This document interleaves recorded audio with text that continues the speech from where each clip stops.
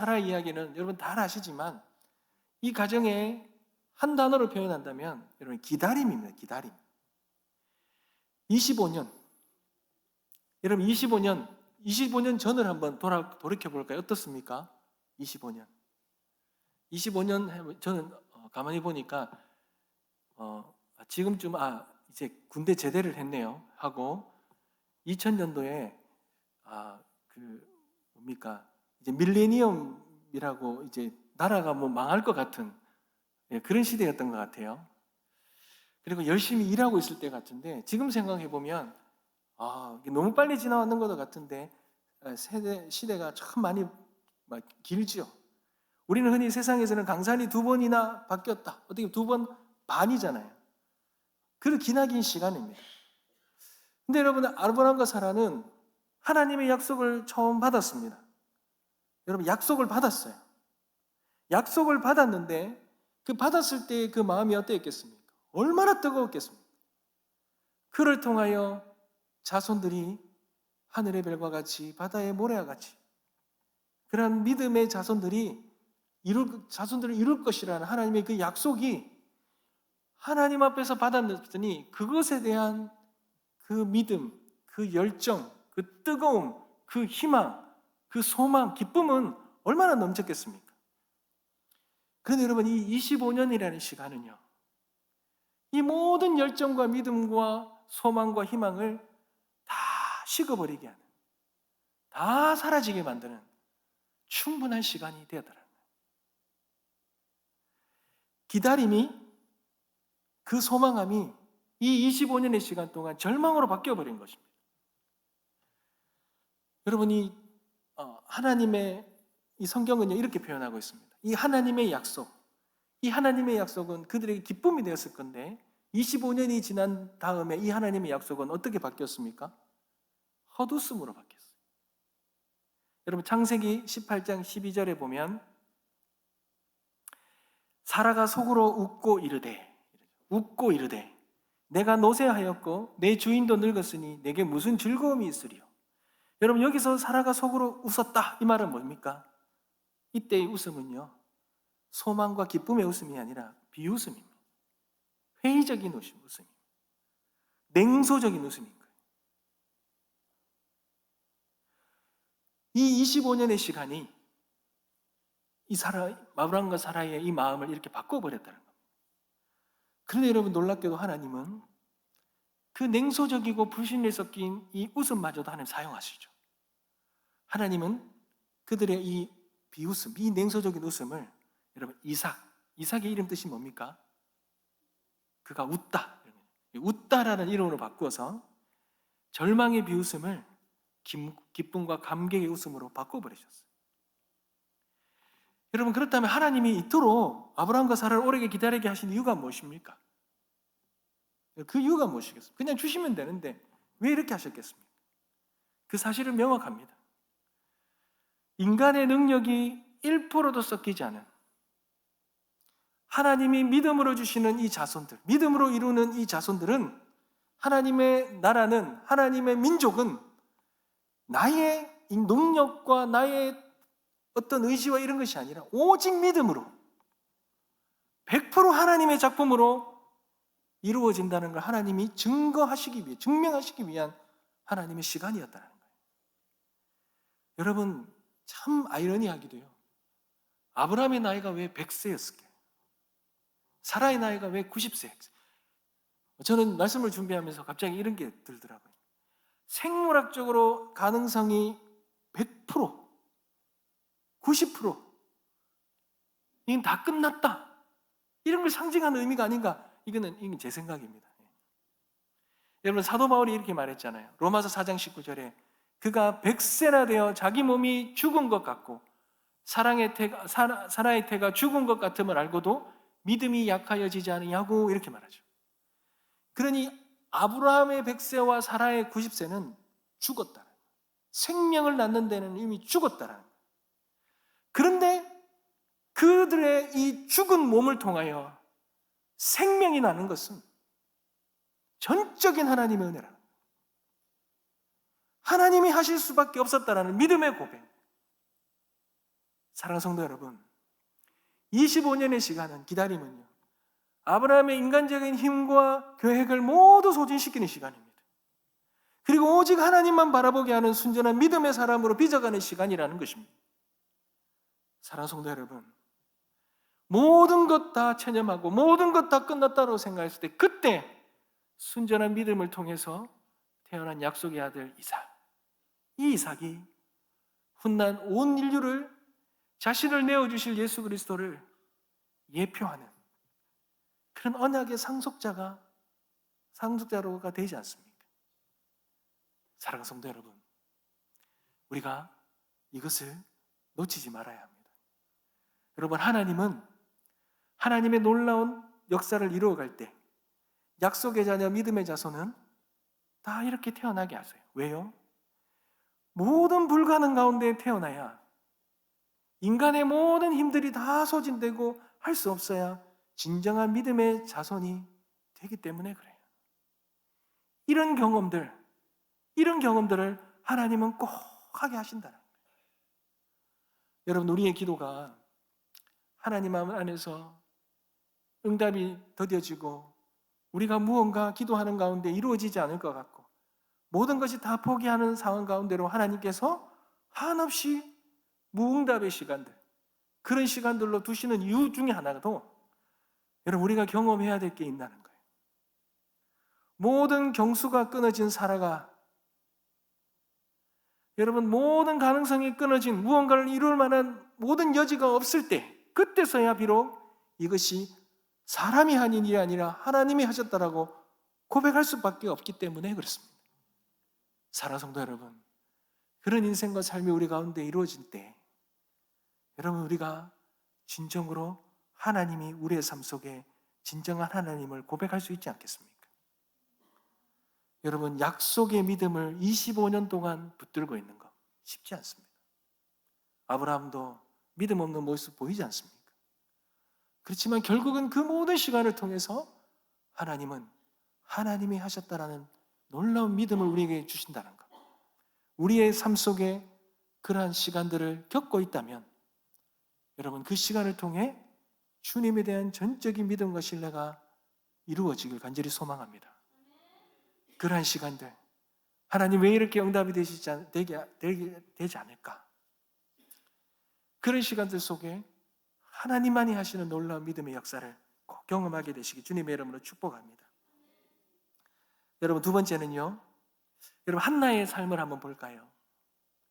여러분, 한나는요, 겉으로는 평안해 보였습니다. 근데 그 속은요, 다 썩어 문드러졌어요.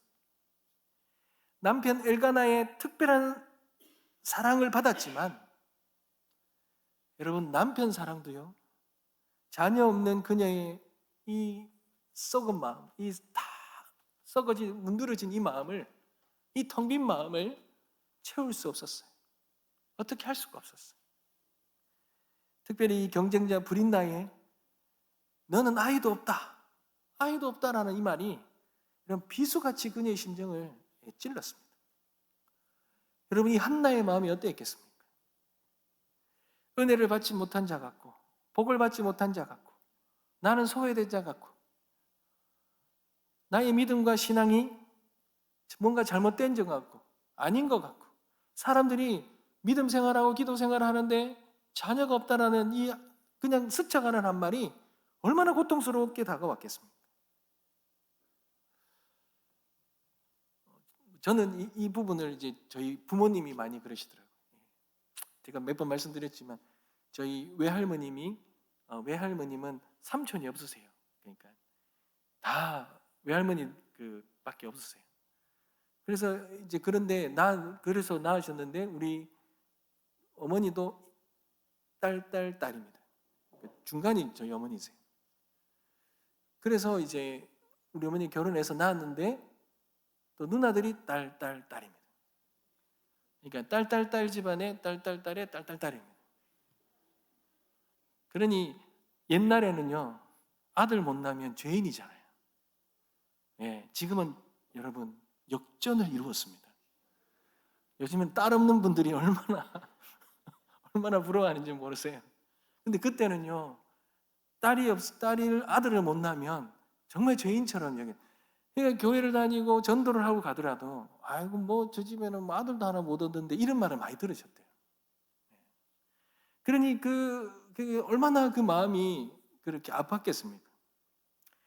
그럼 한나가 그 무너지는 마음을 가지고 성전 구석에 엎드려 영혼을 쏟아 그렇게 기도하지 않습니까? 여러분 성경은요 소리 없이 통곡했다. 소리 없이 통곡. 술 취한 사람처럼 입술을 막 흔들렸습니다. 여러분 그의 기도가 얼마나 처절하고 얼마나 간절하고 얼마나 한이 맺혀 있는지를 보여주지 않습니까? 그런데 여러분 그녀의 기도는요 하나님 저 불쌍히 여겨주십시오. 저는 자녀도 없는 그런 어미입니다. 불쌍히 이런 기도가 아니었다라는 거예요. 여러분 그 기도가요 그 오랜 시간 자녀가 없는 그 순간 속에서 하나님 앞에 나가는 그 기도가요 여러분 성경은 좀 다르게 표현하고 있습니다. 사무엘상 1장 11절에 보면 만군의 여호와여 만일 주의 여종을 고통을 돌보시고 나를 기억하사 주의 여종을 잊지 아니하시고 주의 여종에게 아들을 주시면 내가 그의 평생의 그를 여호와께 드리고 삭도를 그의 머리에 대지 아니하겠나이다. 여러분 이 기도가 어떤 기도인지 아세요? 한나가 무언가 소유를 하기 위해 하나님께 구하는 그 수준의 기도가 아니라 하나님 내가 하나님께 전부를 드리겠습니다. 헌신으로 바꾸는 그런 기도입니다. 이 지점이 내가 무언가 주십시오 소유하는 기도가 아니고요. 그 수준을 넘어선 거예요. 하나님 나의 모든 것을 하나님께 드리겠습니다. 여러분 이것이 바뀌는 기도라는 거예요. 여러분 왜 이 시대 속에 하나님이 이 한나의 이 불임의 고통을 통하여서 왜 이 사무엘이라는 아들을 얻는데 이토록 이런 어려움과 고통을 한나에게 안기셨겠습니까? 여러분 이것은 하나님 그냥 우연히 하신 게 아니라는 거예요. 한나가 살아가던 시대는 사사시대입니다. 여러분 이 사사시대는 영적으로는 극심한 불임의 시대입니다. 어떠한 생명도 넣지 못하는 그런 불임의 시대예요. 사사기 21장 25절에 보면 사람이 각기 자기의 소견에 오른 대로 행하였더라. 모두가 자기 욕망만을 추구하며 살아가는 시대예요. 자기의 소유만을 구하고 자기의 만족만을 구하고 자기의 유익과 자기의 것들만 구하는 그런 시대 속에 살았어요. 근데 그 고통 속에서 그런 세상 속에서 한나는 자신의 이 아들을 갖지 못하는 개인의 고통을 통해서 바로 이 영적인 불임 시대를 치유할 수 있는 아무것도 생명을 낳지 못하는 이 시대 속을 이 아픔을 치유할 수 있는 지도자인 이 사무엘을 하나님께서 찾고 계셨는데 이 한 여인의 이 간구를 통하여 하나님께서 그녀를 통하여 이 사무엘이라는 이 한 위대한 지도자를 하나님이 허락하신다는 것입니다. 사랑하는 성도 여러분, 한나는 이 시간을 통해서 단순히 자신에게 허락되는 이 자녀가요 자신의 소유가 아니에요. 하나님의 사람이라, 하나님의 자녀라, 하나님의 사람이라는 것, 하나님의 놀라운 것들을 이루어 가시는데 우리가 올려드려야 되는 것들을 아는 거예요. 여러분 기도로 낳은 자식은 다릅니다. 기도로 얻어진 것은 다르다는 거예요. 내 욕심과 노력으로 얻는 전리품이 아니라 하나님의 은혜로 받은 선물이기에 이것을 뼈저리게 깨닫게 하기에 다 하나님께 드릴 수 있는 거예요. 그러니 한나는 젖을 떼자마자 사무엘을 하나님께 바칠 수 있었습니다. 모세는요, 모세의 부모는 죽음의 강물에 아이를 띄어보내잖아요. 여러분 어떻게 이걸 띄어보낼 수 있습니까? 하나님의 주권에 온전히 맡길 수 있었던 거예요. 그런 믿음이 있었기 때문에 그러니까 이 아이의 생명이 하나님께 있다는 거예요. 알기에 하나님께 드릴 수 있는 거예요. 사랑하는 성도 여러분, 우리가 하나님을 통하여서 무언가를 간절히 구하고 찾습니다. 근데 그것이 단순히 우리의 소유를 만족을 위한 것이 아니라 결국은 그 모든 응답되지 않은 시간들을 통해서 하나님이 우리에게 깨닫게 하시는 게 무엇이겠습니까? 그것이 나의 소유가 아니라 그 모든 걸 통하여 하나님께 우리가 다시 올려드릴 수 있는, 하나님의 은혜이기에 우리가 다시 올려드릴 수 있는 그런 하나님의 믿음의 고백으로 나아가기를 원하시는 하나님의 뜻이 있다는 거예요. 여러분, 그것을 잊지 마시기 바랍니다. 제 얘기를 해서 죄송하지만 저희 어머님이 늘 언제나 하시는 말씀이 너는 내 아들 아니다 이렇게 말씀하셨다 했잖아요. 그게 했던 이유가 있다 했잖아요. 아들 놓고 나니까요, 얼마나 잘생겼습니까? 보암직도 하고, 아깝잖아요. 근데 그때만 해도 목회로 가는 것이 쉽지 않았잖아요. 그러니까 아들을 얻고 나니까 마음이 바뀌는 거예요. 그래서 하나님, 저희 어머니도 서원에서 저를 낳았는데 하나님 목사라고 말하진 않았습니다. 주시면 하나님께 드리겠다고 했지, 그게 목사라고 하지 않았습니다. 그래, 장로로 해서, 그래, 잘 돈도 많이 벌고 해서 하나님 나라 좋은 일 하면 안 되겠습니까? 라고 했는데 이제 그때에 이제 제 얼굴에 뭐가 하나 이렇게 염증이 생겨서 나더래요. 그래서 저희 어머님 이걸 좀 뭔가 잘 하시거든요. 이거를 그 가만히 둬야 되는데 이걸 딱 이렇게 하다 보니까 이게 좀 더 커지는 거예요. 그 점점 커지면서 이게 이만큼 골맞더래요. 그래서 이제 교회에 의사 선생님 계셔서 말씀을 드리니까 그거 주사 한 대 맞으면 된다고, 그래서 집에 오셔서 주사를 한 대 맞춰주시는데 엉덩이 맞는데 엉덩이 부풀어 오르는 거예요. 그리고 이게 점점 부풀어가 이 정도로 커졌대요. 그래서 이제 그 의사 선생님이 이상하다 그러면서 항생제만 넣고 그렇게 했겠죠. 그래서 어머님이 이제 교회에 가셔서 기도하시는데, 기도하는 가운데 그런 하나님 음성을 들려주시더래요. 너 왜 기도 제목 바꾸냐? 너 왜 기도 제목 바꾸냐? 이러셨대요. 그때 너무 어머님이 겁이 나셔서 하나님 잘못했습니다. 하나님, 이 아이는 이제 제 아이 아닙니다. 그러면서 그렇게 하셨대요. 그리고 이제 그 다음에 가서 이제 기도하고 나는데 이게 이제 병원에 가서 이제 이걸 째서 이게 짜내야 됐다 했대요. 근데 이제 나중에 목사가 수술하고 이 칼자국이 있으면 이게 은혜가 안 된다 싶어서 하나님한테 기도하고 했대요. 근데 저는 흔적이 없어요. 근데 어머님이 그 경험 있고 난 다음부터는 저에 대해서 다른 걸로 기도를 못 하시겠대요. 무서워서. 무서워서 못 하시겠대요. 그러면서 늘 언제나 너는 내 아들 아니다, 하나님 및 아들이다 이러는데, 여러분, 말은 그렇게 하는데 부모가 자녀를 그렇게 하는 게 쉽겠습니까? 어렵습니다. 저희 어머니 제가요, 다른 거 할 때도 안 울었는데 신대원 간다 할 때 너무 울더라고요. 여러분, 사람이 하나님 앞에 우리가 무언가를 구하기는 쉽지만 그거 얻어놓고요 하나님께 다시 드리는 거 쉽지 않습니다. 쉽지 않습니다. 여러분, 한나가 그렇게 기도하고 사무엘을 바치는 거, 여러분, 이 간구한 거, 서원한 거 지키는 거, 이거 쉬운 게 아닙니다. 근데 이렇게 할 수 있었던 시간이 뭡니까? 그 많은 시간 속에서 하나님 앞에 간구하던 모든 것들을 그냥 나의 소유와 영적인 욕망으로 채우는 것이 아니라 이것을 통하여 하나님의 놀라운 역사를 이루시는, 하나님께 다시 올려드리는 그러한 믿음의 고백. 그렇게 함으로 사무엘을 그렇게 하나님 앞에 올려드림으로 이 사무엘이 그 영적인 암흑시대를 깨고 이 다윗의 왕조를, 이스라엘의 왕조를 새롭게 열고 그 영적인 이 암흑시대, 영적인 불임의 시대를 끊어버리는 그런 위대한 인물로 하나님이 쓰임받을 수 있었던 것입니다. 사랑하는 성도 여러분, 그러니 우리의 믿음과 삶, 우리의 모든 간구도 그러한 은혜가 있게 되시길 간절히 소망합니다.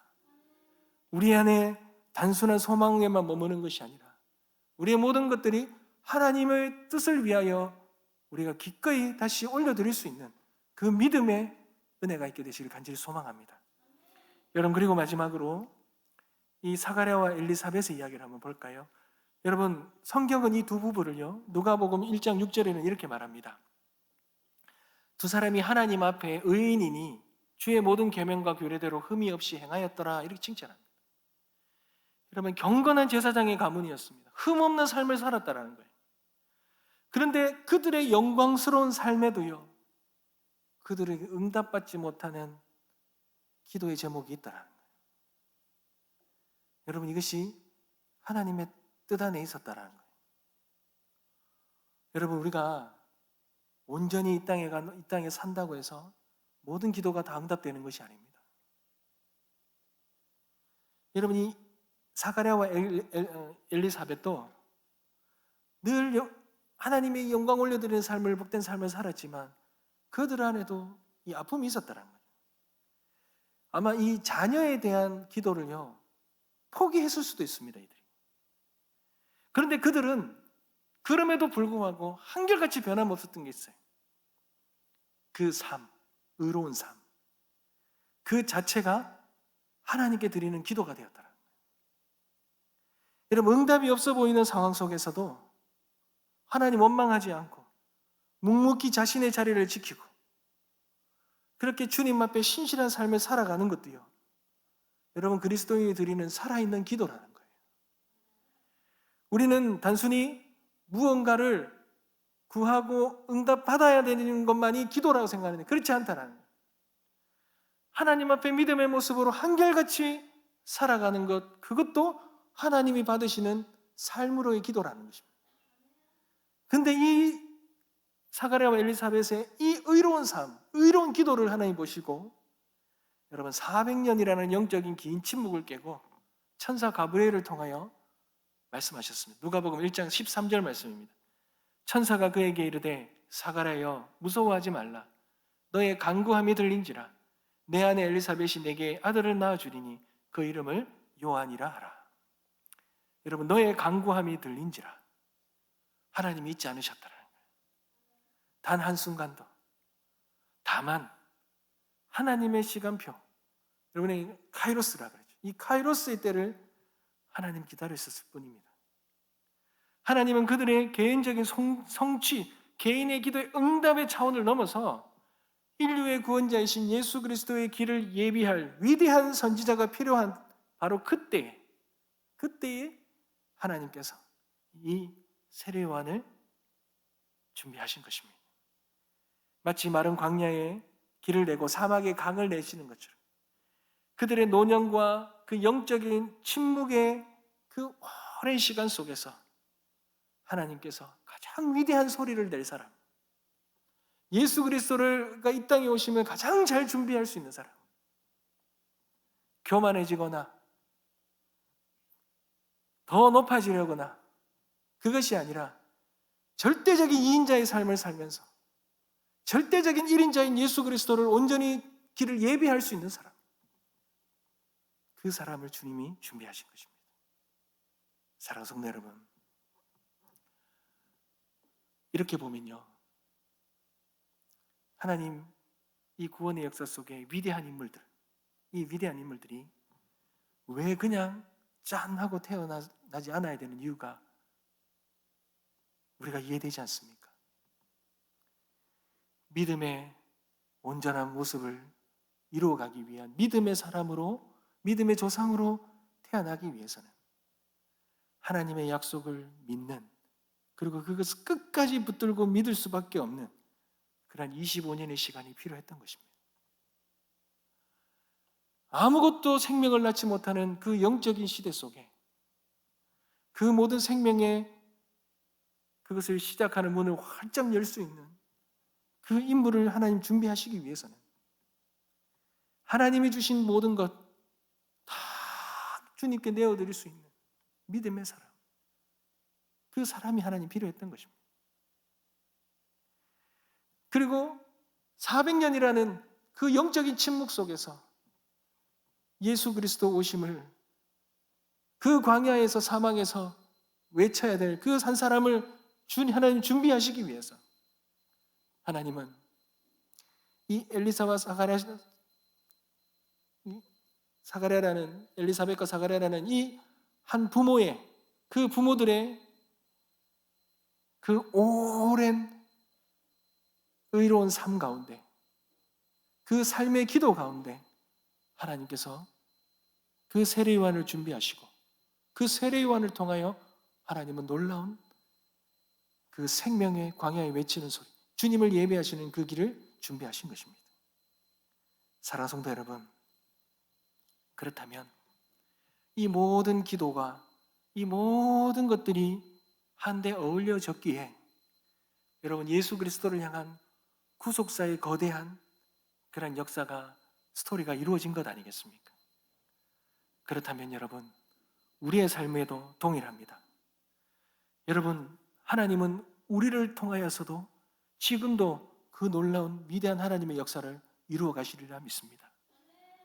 먼저는 우리가 먼저 그러한 위대한 것들을 담아내고 이루어갈 수 있는 그릇을 하나님은 준비하실 것입니다. 그 시간 속에, 그 기도 속에, 응답받지 않는 기도 속에, 그 어려운 기나긴 기다림의 시간 속에서 하나님은 깨지기 쉬운 그릇이 아니라 보물을 담을 수 있는 하나님의 참된 그릇으로 우리를 빚어가실 것입니다. 사랑하는 성도 여러분, 이 자리에 우리 모두는 여러 가지 기도의 제목들을 가지고 나왔습니다. 그러나 여러분 그 모든 기도의 제목들이 단순히 나의 삶의 만족과 유익에서만 멈추는 것이 아니라 이 모든 것들이 하나님의 놀라운 역사 가운데 함께 이루어져 간다는 믿음을 가지시고 여러분 우리가 더 큰 기도의 지경을 넓혔으면 좋겠습니다. 여러분 우리가 자녀들을 기도할 때에 하나님 우리의 자녀가 좋은 대학에 가는 것을 넘어 이 어두운 시대의 빛을 발하는 다니엘처럼 죽으면 죽으리라는 믿음으로 민족을 구하는 에스더처럼 어머니의 기도로 태어난 한 시대를 이끌어가는 사무엘처럼 하나님 나라를 위대한 인물로 사용하고 쓰임받는 그런 사람이 되게 하여 주십시오.